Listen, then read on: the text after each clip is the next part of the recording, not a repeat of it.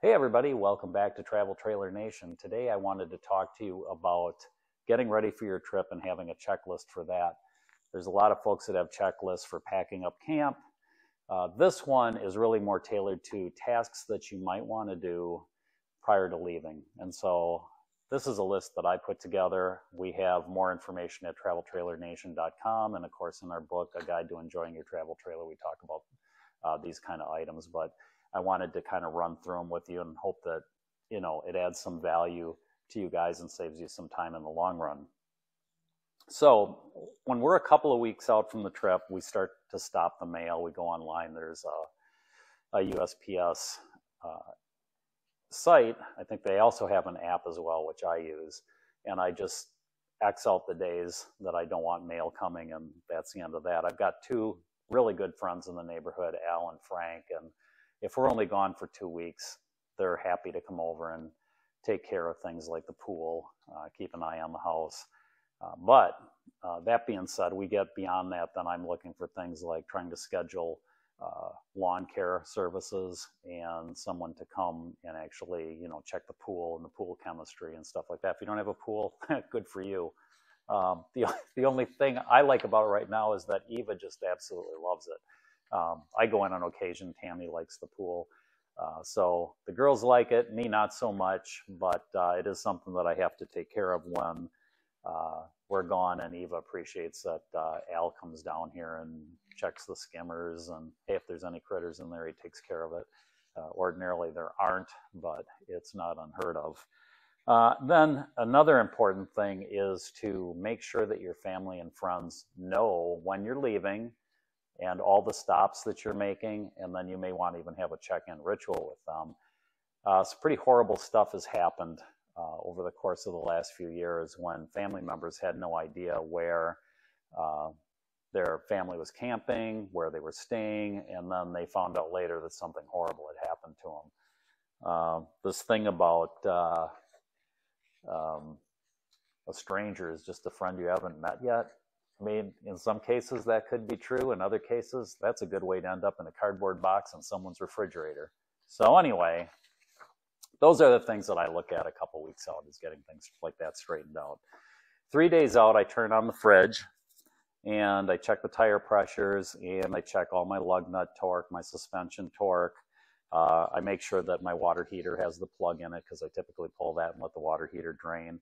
And then sometimes I will actually hook up a filter and the hose and the water pressure regulator, and I'll check the water system, make sure that's okay. A day out from the trip, I hitch up the truck and I pull the RV out from under our shop overhang, and I get that in the driveway. I store the power cord and the EMS surge protector and any adapters, all the leveling blocks, and then we start our load up, which is, the clothes, the food, Eva's toys, Eva's bed, her all of her dishes, her leashes, and then anything that's loose inside the trailer, like the chairs by the table, that kind of stuff all gets put away, because, they set up a way to actually tie those chairs down in a route, and I never found that to be very satisfactory. So we just fold them up and we put them on top of the bed, and they have never gone anywhere when I've done that. So I'm pretty happy with the way that's worked. Then we double check on all the necessary items to make sure that we haven't forgotten them, like any of the fresh water supplies, the black water supplies, the hoses, pressure regulator, water filters, water heater plugs, type, spares, pipe tape, and any hose fittings that you might carry. And then make sure you got your chemicals. So you might want to make sure that you write that down, because that's an easy thing to forget. I don't leave any of that stuff in the trailer when we're not using it. Everything comes out. So I have to make sure that I've got it all back in there before we take off. And then if you're going to be going anywhere where you don't have full hookup, you may want to consider getting a septic storage container where you can run it to the dump station. We call it a poop wagon. It goes by various names, and then make sure that you've got all the appropriate connections to make that work for you. When we were staying at a state park recently, there was someone with a brand new Jayco, and We thought they were leaving after about 4 days because they loaded everything. And they had a lot of stuff. And they loaded everything up and they took off. And about 45 minutes later, he was pulling in again. And then he walked over to me and he said, well, we just had to go and dump our tanks. And I said, yeah, you might want to consider getting a poop wagon. And he goes, we just bought this trailer, and the salesman actually suggested that, and she was adamantly opposed to it. But now after doing this, yep, that's the first thing we're going to get. So remember, if you're going to be doing that kind of camping, it is a hassle to pack up and go to the dump station. You might as well get a poop wagon and make your lives easier.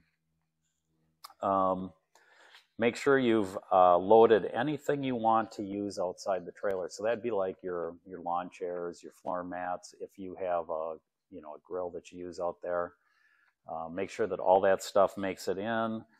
With Eva, we take a whole bunch of things for outside. She has a spare water bowl set for outside. She also has a coolaroo that we put outside the trailer, and then all of her tie-out leads.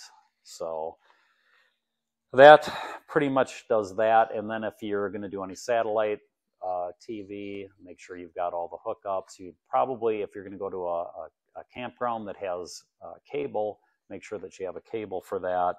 And then I put the observation camera and the TPMS, the tire pressure monitoring system, in the truck. And then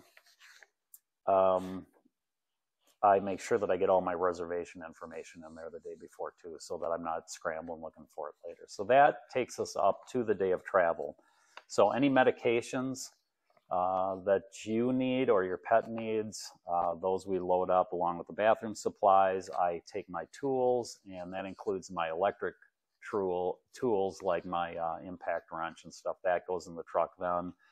Any spare parts I carry go in the back of the truck, and I think you've heard me say before that I carry spare Schwintek motors because you never know when, something like that's going to happen, and I don't want to be caught off guard. Tammy does her walkthrough and makes sure that everything was caught, that I didn't miss something. Then we move the slides in, the steps go up, we double check all the lights on the trailer, and then we turn on the GPS, and then it's off we go. So I hope some of this was helpful. You may want to make a list of your own, and you can organize them too by how many days out you want to start. I like to have stuff pretty much ready so that on the day of travel, it's just, taking a few things and throwing them in the back of the truck. And by the way, Tammy has an emergency bag that has stuff for Eva in it in case, let's say, we get into an accident like we had with the Green River Bridge incident. You want to be able to take care of your pet. So we have all that stuff. It's kind of basically an emergency bag, and that stays with us in the truck. So anyway, I hope this helps.